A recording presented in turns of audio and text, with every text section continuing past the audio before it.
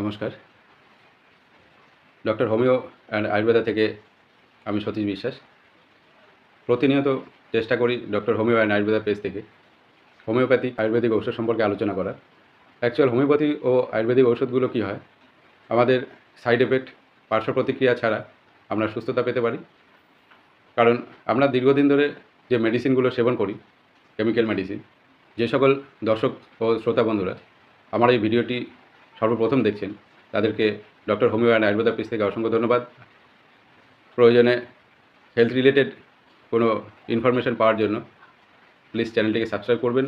আর যারা অলরেডি পেজটিকে সাবস্ক্রাইব করে আছেন, তাদেরকে doctor homeo and Ayurveda page থেকে অসংখ্য ধন্যবাদ রইল এইভাবে পাশে থাকার জন্য, আমাকে সাপোর্ট করার জন্য।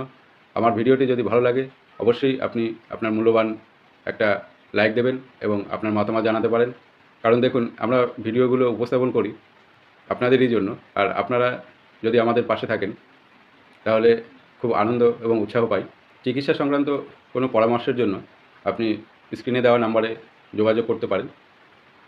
ডক্টর হোমিও অ্যান্ড আয়ুর্বেদা পেজে হোমিওপ্যাথি এবং আয়ুর্বেদিক সম্পর্কে দুটো মেডিসিন নিয়ে আলোচনা হয়।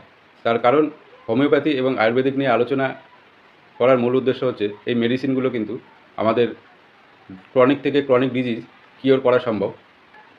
যদিও হোমিওপ্যাথি বা আয়ুর্বেদিক মেডিসিন একটু সময় বেশি লাগতে পারে ট্রিটমেন্টের ক্ষেত্রে, বা রোগের লক্ষণ কারণ সিমটম অনুযায়ী একটু সময় বেশি নেয়, কিন্তু আমরা মূলত হোমিওপ্যাথি বা আয়ুর্বেদিক যখন ঔষধ সেবন করি তখন আমাদের ধৈর্য থাকে না।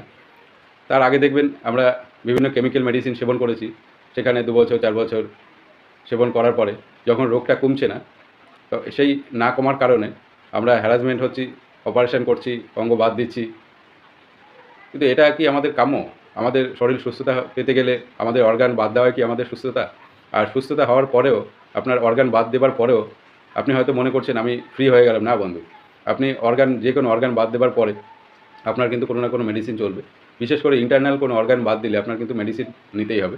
আপনি উইদাউট মেডিসিনে থাকতে পারবেন না।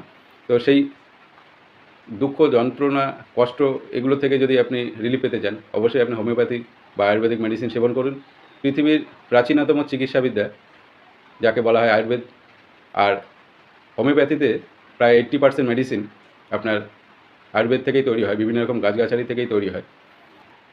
আমরা ইনস্ট্যান্ট রেজাল্ট পাওয়ার জন্য বিভিন্ন কেমিক্যাল মেডিসিন সেবন করে থাকি, কিন্তু কেমিক্যাল মেডিসিন সেবন না করেও আমরা কিন্তু বিভিন্ন রোগ থেকে সুস্থতা পেতে পারি বা সুস্থ থাকতে পারি।